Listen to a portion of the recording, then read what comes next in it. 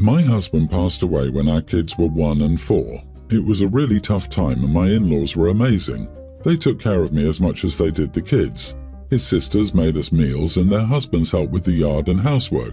I once called my father-in-law to come get us from the grocery store because I had a breakdown when some lady was rude. He arrived with my mother-in-law so they could take care of the kids and get me and my car home. After I put myself back together about 8 months later, they were still there for me. They would help with the kids while I worked. When I went back to school, they supported us. After I graduated, the best job I could get was a fair distance away, but it was in a city where I have family. We talked and prayed about it, and they said they understood why I needed to plan for our future.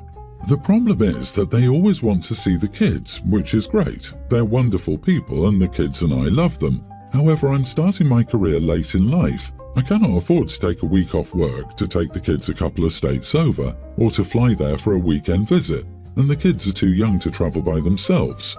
The kids and I spent Thanksgiving with my mom and dad and Christmas with my in-laws.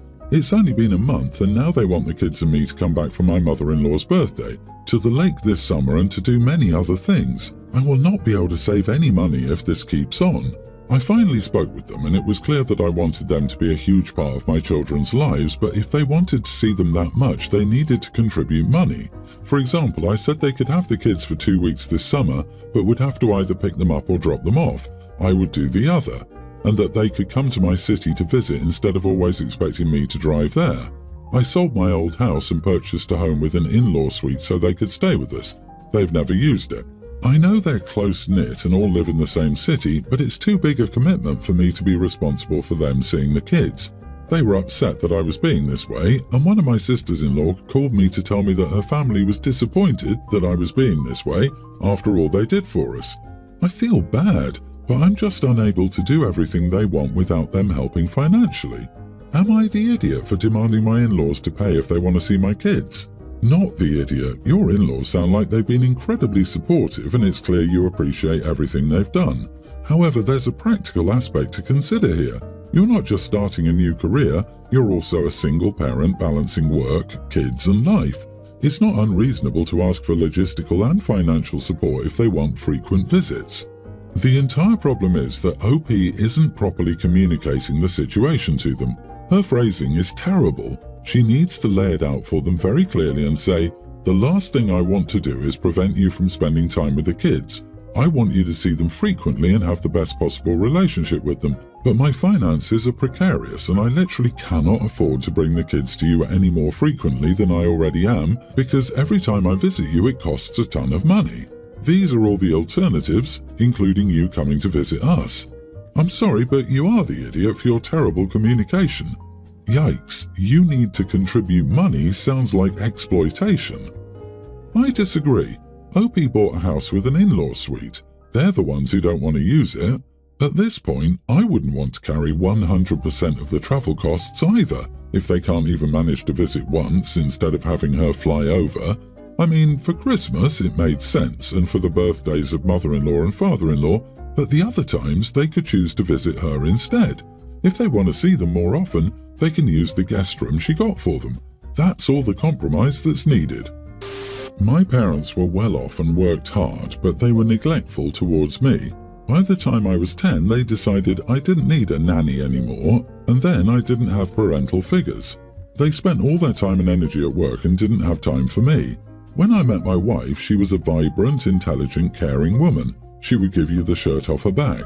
We spent hours and hours together talking about everything and anything, but it gradually slowed down.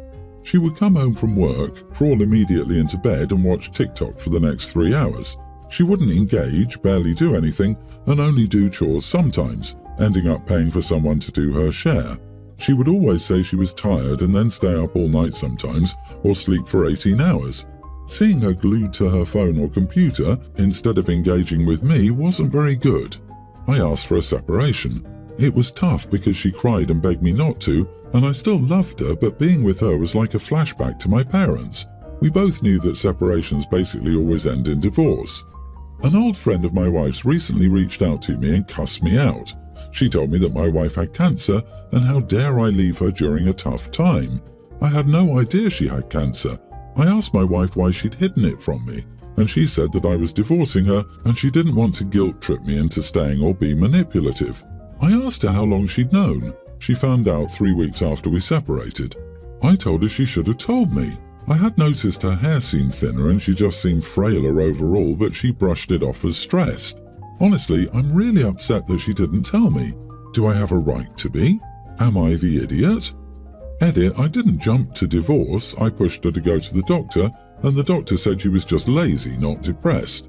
My wife also said she wasn't depressed, she just didn't want to do anything after a long day at work. I pushed her to find out why she was so tired. She got blood tests, which came back normal. Then she said taking time off work to go to the doctor was annoying, so she gave up. You're separated. You're heading to divorce. You couldn't handle her when all she did was sleep. Do you think you'd stick around with a cancer diagnosis? Are you kidding me? You are the idiot. You noticed her hair was thinner and she looked frail. Something was physically wrong with her and her doctor was dismissive. You are her husband. You should have been her advocate when she was too weak to advocate for herself. You were so wrapped up in your emotions and childhood trauma that you neglected your wife.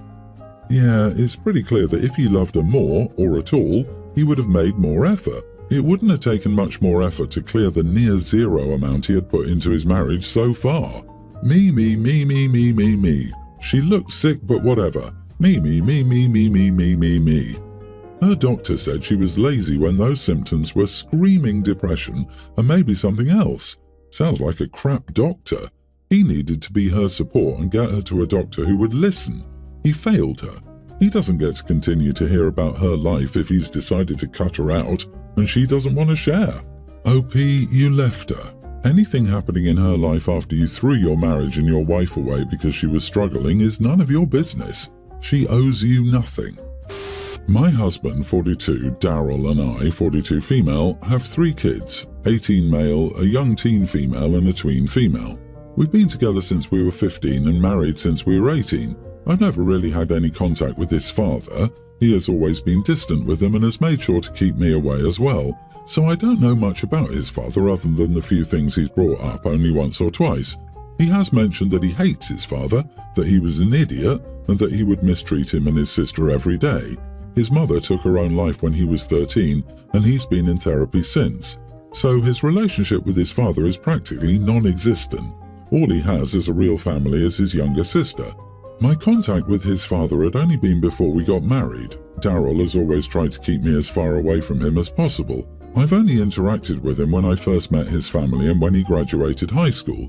When we got married at 18, he cut all contact with his father and prohibited me and our kids from ever contacting him or inviting him to anything. That included our wedding, kids' special days, and so on. They've never met their grandpa and it's always bothered them. They've all met my sister-in-law, 40, and love her as family. They frequently ask for her and are very close. She's been to every main event and family gathering. I'm not very close to her, but I've maintained a good relationship. I asked her about her parents and how it was growing up, and she tried to evade the question and even started to get nervous.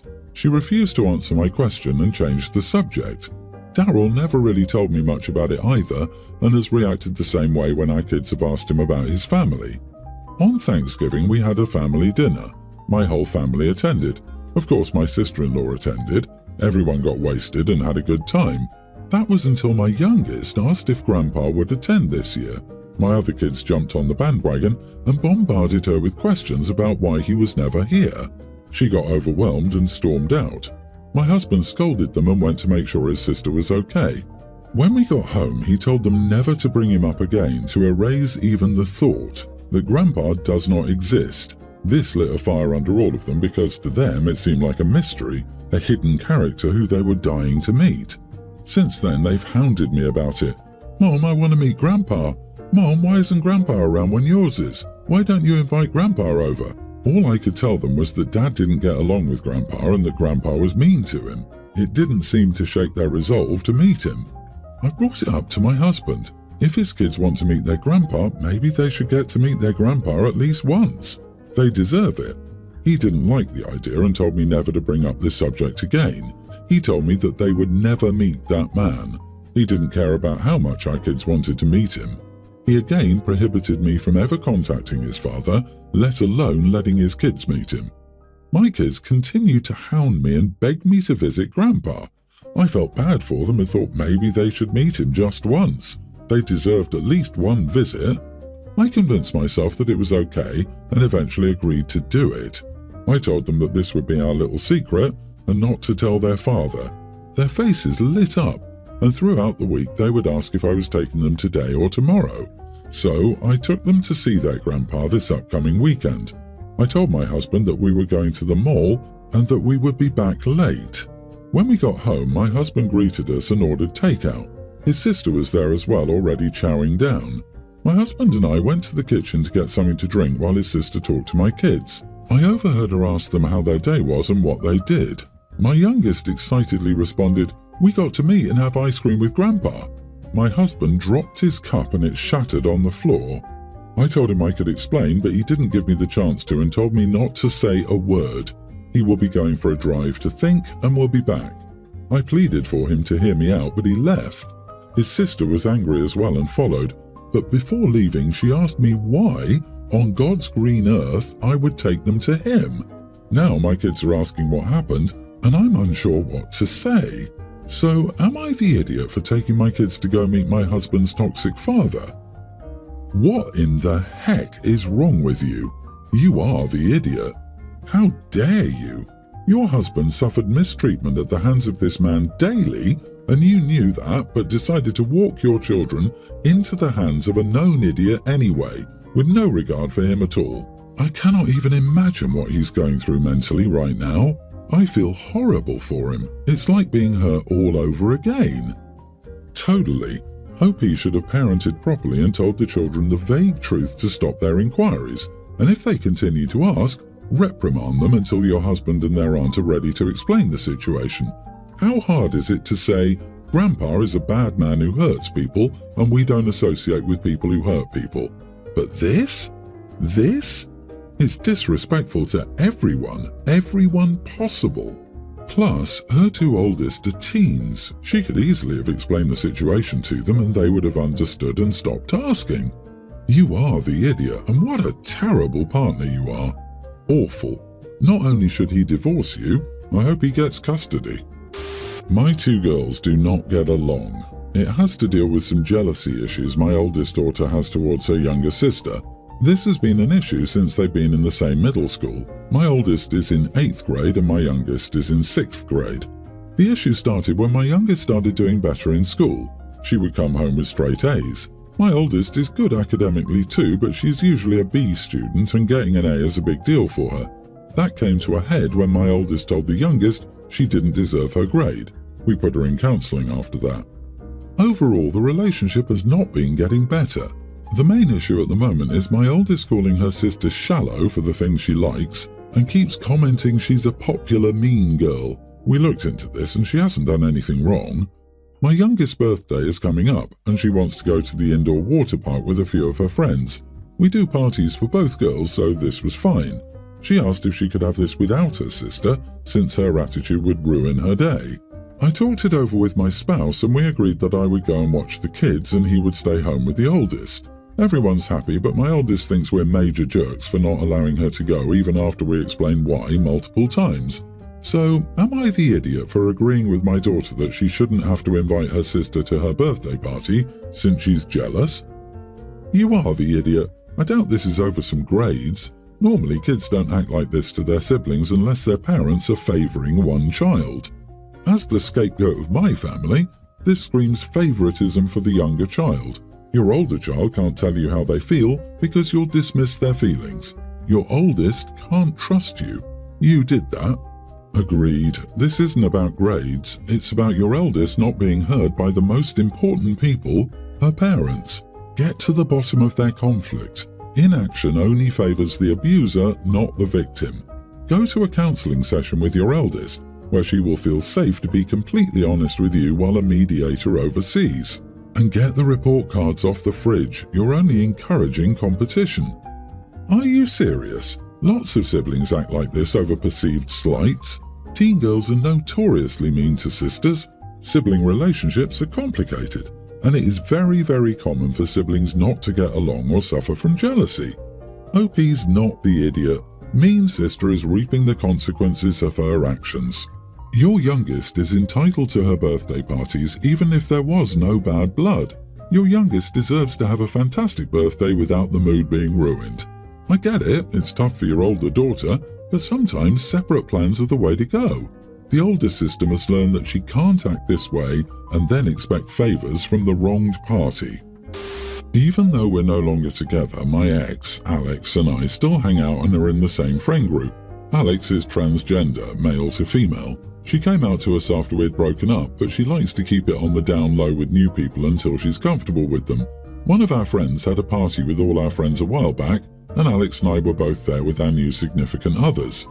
During the party, we talked about living with our significant others. It was just about silly things and each other's quirks, all in good fun. One friend brought up how her girlfriend always steals his hoodies. I brought up how I also had to deal with my girlfriend borrowing my clothes all the time, and I never had that problem before since it was my first time living with a woman. Alex's girlfriend overheard and laughed and said, "Well, you mean besides Alex?" I maybe awkwardly laughed and said "Oh yeah, I guess that's true." I think maybe it made Alex's girlfriend suspicious since she continued and was like, "How did you forget?" Alex said you guys dated for years and were very serious. At that point, Alex made an excuse to leave. Things were awkward as they left since Alex's girlfriend knew something was up.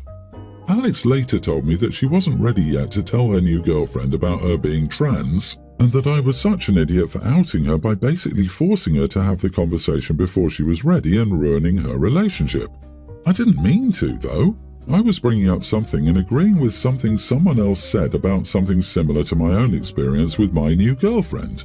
Things were awkward with the friend group because Alex started being passively hostile to me, like she would straight up pretend I'm not there if we're in the same place with friends.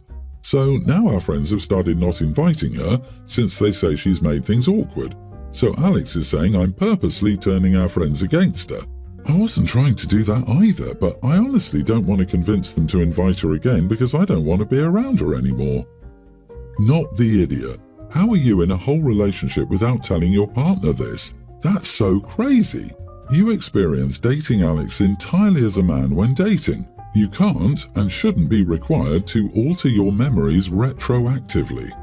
Advice? Don't be friends with exes. You didn't out her, someone else did. You didn't do anything wrong. You sure as heck didn't do anything on purpose. I believe she has no business dating anyone for a significant amount of time without being upfront with them about it. People have a right to make an informed decision about who they're dating. If you are at the point of calling her your girlfriend, she should know the truth going in. Oh dear Alex, you are your own worst enemy.